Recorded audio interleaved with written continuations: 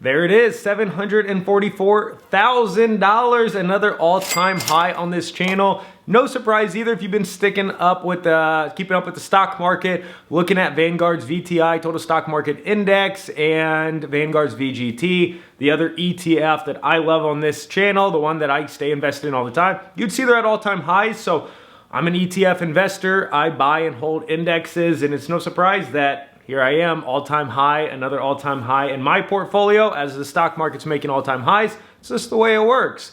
Now, this puts me at my goal of $744,000. Well, it puts me closer to my goal. My goal is $1 million. I'm on this $1 million warpath to get there by the time I'm 32. I'm sitting at 28 years old right now. Working hard, baby. I mean, I've lost a lot along the way, lost a lot of friends, lost a lot of hair, lost a lot of dignity selling software out there, selling my soul to the devil. But here we are, only $256,000 to $1 million. Imagine that. Oh my gosh. I'm gonna get to $1 million and be getting 10% on a portfolio, $100,000 a year in passive income. I'm gonna get there by 32 years old. Could you imagine that, being 32 years old, $100,000 passive income, just sitting on your couch? That is what we're working towards on this channel, so everyone can have that golden egg. That $1 million is a golden egg, baby. You just sit there, $1 million, and 10% drizzles out like that. So that is what we're working towards on this channel, and that's the whole reason I got this channel, so you can keep up with my budget, see how I'm spending my money, see how I'm hitting my goals, so you too can be hitting your goals. That's, you know, that is how millionaires are made. And I actually put together this new channel that I'm doing, question and answers, Money with Jacob, where I'm doing questions and answers. And I started showing this new outline, and these are the 6 steps to achieving the American dream, and the 6 steps that I've been following since I graduated university with my $44,000 in debt. I got it paid off, and I was like, okay, I'm trying to build wealth. What are the steps to do it?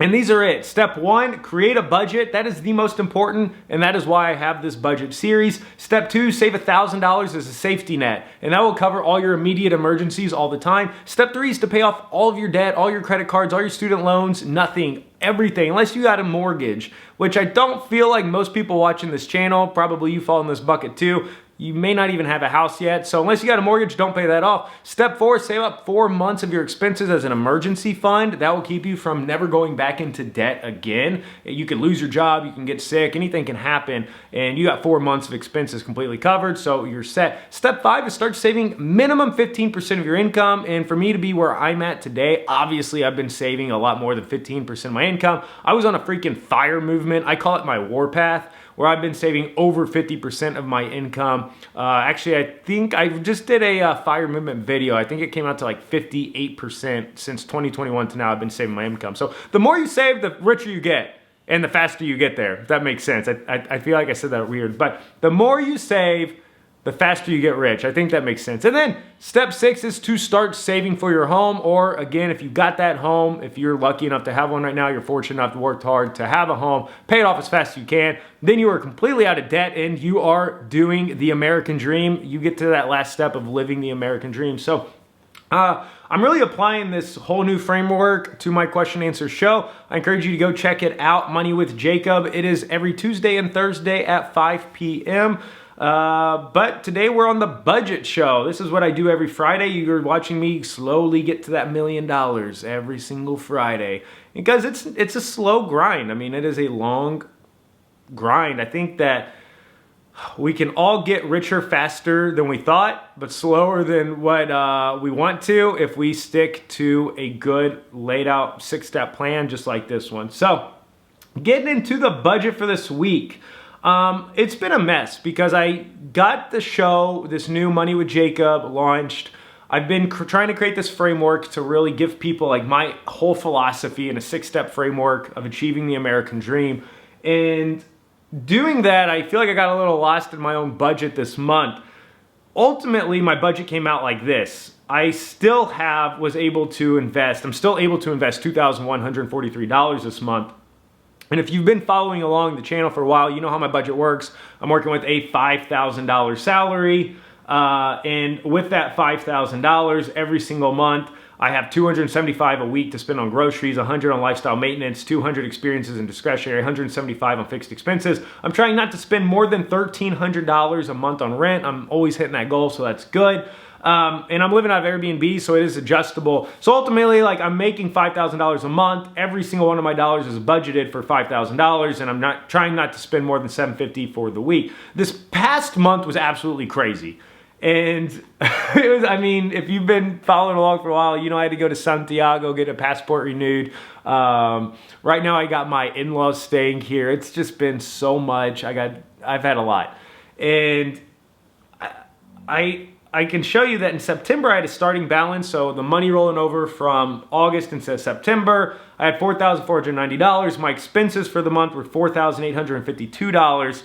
My salary, my income ended up coming in a lot higher because my wife and I are a medium household. Paula's income at ours it's always moving because it's sales-based, so there's commission. So we ended up bringing in $5,746.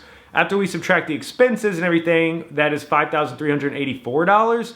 But my bank account right now says $5,476. You can see I'm confused. We're also going to have some expenses coming up in October of $3,333. And if I subtract that from my current bank account of $5,476, that gives me $2,143 to invest. I know I had money rolling over from August to September.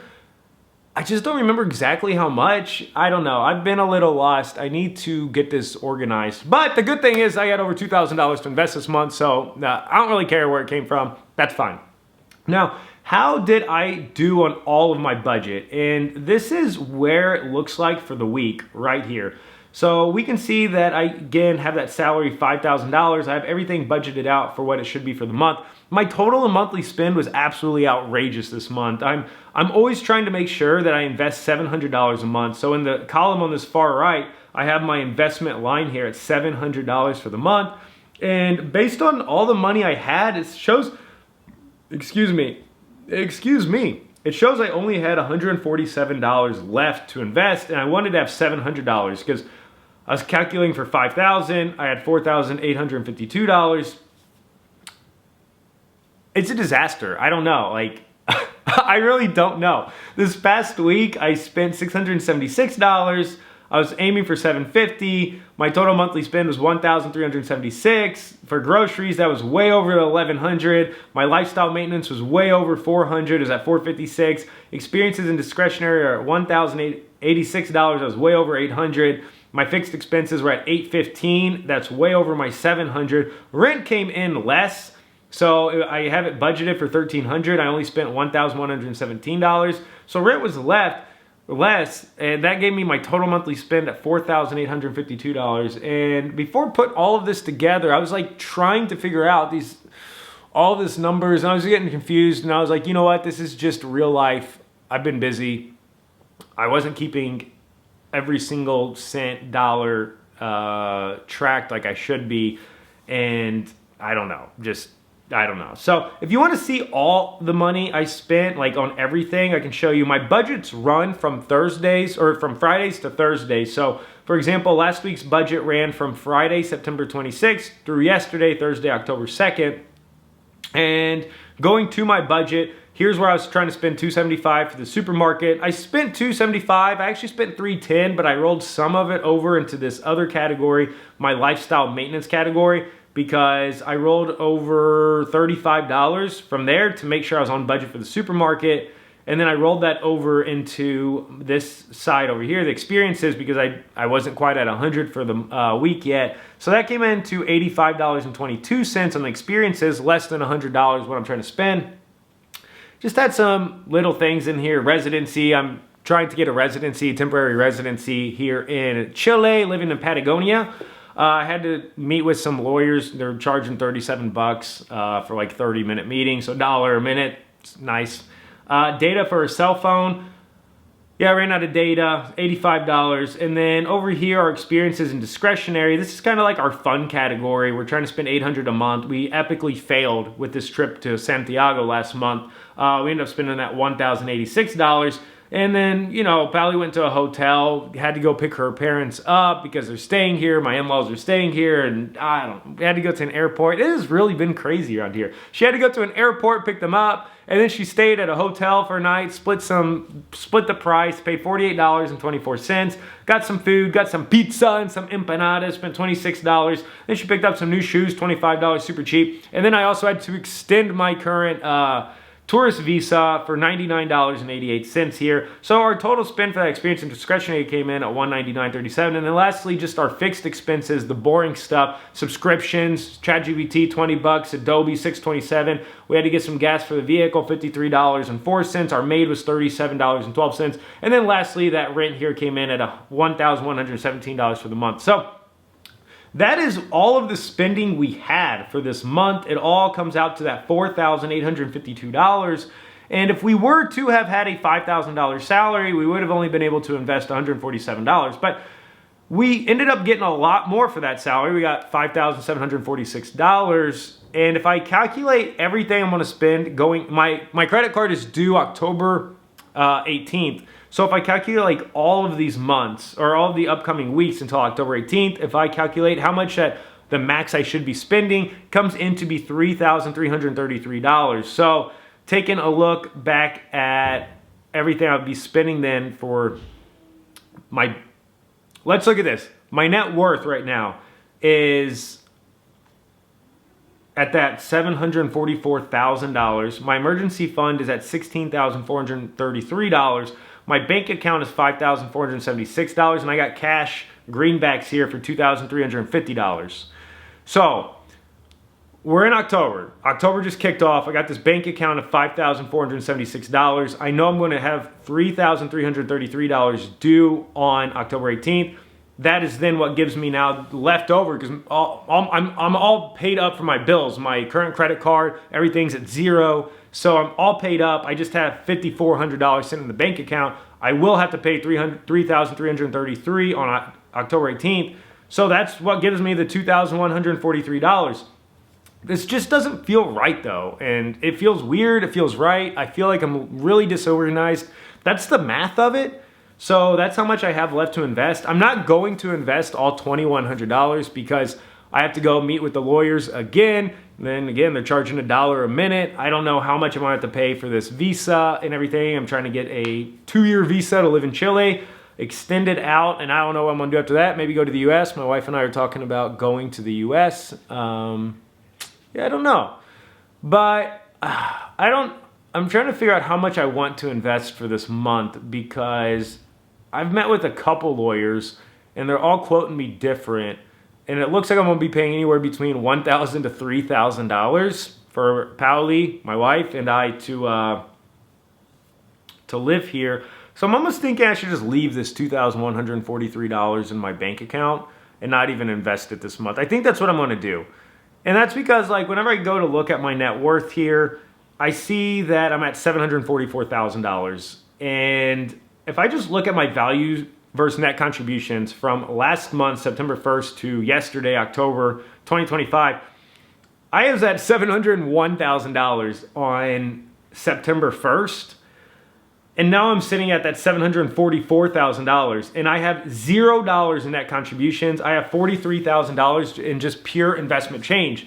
That is me doing absolutely nothing, just the market going up. And I just feel like it's not worth me trying to invest this other $2,000 this month, even though I have this goal of always investing 15%. I don't know. I feel like I'm just adding stress into my life if I even try to put in $500 into the market this month just to do it. And then I leave myself $1,500. Maybe I need $2,000 to pay these lawyers. I mean, this is kind of an unforeseen expense. I knew that I was going to have to pay lawyers something, but until I started investigating and seeing what it was going to look like for Pally and I to get our visas, we just didn't know what expenses were going to be like or anything. So I'm thinking I just leave the $2,100 in my bank account after I pay the lawyers, just see what's left over and then invest it. Who knows if that'll be this month, next month, or whatever. So that's what I'm going to do. Now, if we break down my entire portfolio, this is where I'm at. I have $338,000 of VGT, $227,000 of VTI and $178,000 of S&P 500 gives me my total of $744,000. This Infotech VGT, there's also $1,000 of SCHG in there, but just forget that. It means absolutely nothing. And if we break this down in percentages, there it is. Infotech 45.5%, S&P 500 24%, total market 30%. There's a lot of overlap, but it works. I definitely wouldn't build this portfolio out like this again if I could.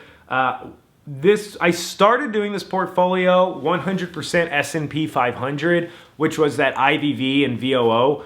And then I just got a little bit more sophisticated. I started looking at indexes or ETFs like QQQ, VGT, and I started saying, well, I want a little bit more risk, more exposure to technology. But then there was a lot of overlap between VGT, the information technology, and S&P 500. So then I started looking at total stock market. So then I could have exposure to small caps and mid caps more than what the S&P 500 offers. So now I got this whole varied bunch of everything. So I'm trying to ultimately get to a 60-40 split, 60% VTI, 40% VGT. I'm definitely well over that VGT amount. And it's crazy because VGT just keeps going up. That information technology sector, the top 10 holdings have things like NVIDIA and Palantir in it, and they just keep rocketing. And it keeps eating away in my total portfolio breakdown. And I keep buying VTI. Every single month with the money I have left over to invest, I just buy VTI. But I cannot get that total market index over 30% because Infotech, just the capital size, the position in my portfolio keeps growing by itself faster than what I can add into the VTI section. But this is it. That's my portfolio, just to be totally transparent. If I were rebuilding this, I wouldn't do it like this. I would do that 60-40 split, but that's how the cookie has crumbled so far. So look, that is it. If you like this video, hit that thumbs up button, hit that subscribe button. Also, go check out Money with Jacob every Tuesday and Thursday at 5 p.m. Eastern Time. I am coming to you. You send me your questions at jacobbuildswealth@gmail.com. I will answer them, or you can drop them in the comment section below. I'll also answer those questions too. I'm taking questions anywhere I can get them from, even if God's sending them to me from the sky. I'm hearing.